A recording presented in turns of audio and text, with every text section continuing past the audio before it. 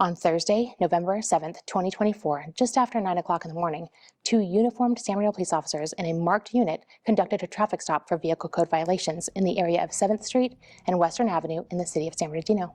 Once the vehicle was stopped, both officers had approached. The primary officer approached on the driver's side and made contact with the driver, a single occupant later identified as Albert Jose Rodriguez.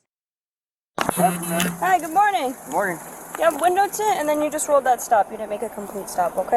She informed Rodriguez why he was stopped and asked him to roll down the passenger side window, which he did. Stop, okay? That's why I stopped didn't you. make a complete stop. Right. I thought I did. You didn't. It's a California rule. But can you just roll down all the windows, please? Yeah. This gave the secondary officer a better view inside of the car to watch the driver's hands and to see if there was anything in plain view that might hurt the officers.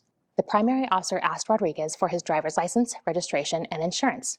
He began looking inside of his front shirt pocket. Then he began looking inside of a backpack, which was laying on the front passenger seat.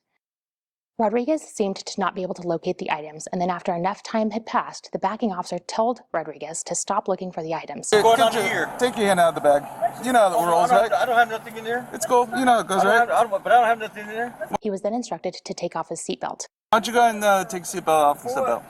The demeanor of Rodriguez then changed. He began reaching in towards a pocket in the front of his sweatshirt, which caused the primary officer to grab a hold of his hand. Hey, get your hands out of your pockets, dude. The backing officer now had his handgun pointed inside the car because he was also afraid that the driver might be trying to possess a weapon. Digging your pockets, now you're digging your pockets. Okay, He reached inside of the car to open up the passenger side door, which he did. Step on the car, please. Then you can see the driver tried to flee by putting the vehicle in drive. The backing officer grabbed a hold of Rodriguez's right arm, in which Rodriguez stiffened and actively fought against the officer, trying to control him. The officer tried to undo the seatbelt and let dispatch know of their location and what was going on in order to get backing officers there to help them. The secondary officer is still trying to maintain control of Rodriguez by holding onto him by the sweater and trying to control his whole upper body. The primary officer decided to open up the driver's side door to get better control while reaching in, and now both officers were trying to get control of Rodriguez. The secondary officer was now leaning completely into the vehicle over the passenger seat to get a hold of Rodriguez, who was thrashing back and forth, fighting the arrest and resisting. In their body-worn camera video, you can hear the vehicle's engine start to rev. Watch out! Rodriguez was able to break free of the grip long enough to accelerate away, throwing the primary officer backwards and dislodging the secondary backing officer's balance, who was now completely inside the vehicle with Rodriguez erratically driving away. The backing officer had his arms around Rodriguez, trying to gain control of him, and while doing so,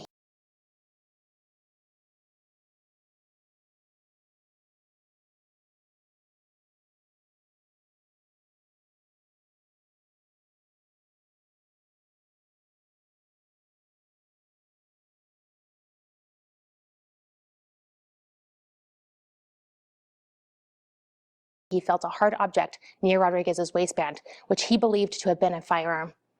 He also felt Rodriguez grabbing in that direction. The backing officer gave Rodriguez a command to stop and warned him that if he didn't, he would have to use lethal force against him. Stop! I'll shoot you! Believing Rodriguez was armed, seeing his refusal to comply with commands to stop, and having the vehicle drive erratically towards a busy intersection, the officer fired one round at Rodriguez.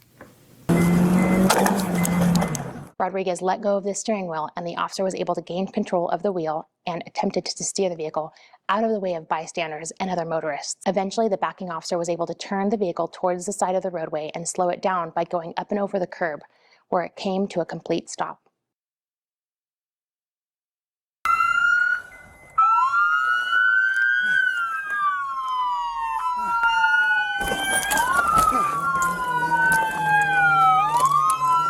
He put the vehicle in park, turned it off, and exited the car, running around to the driver's side where Rodriguez was at.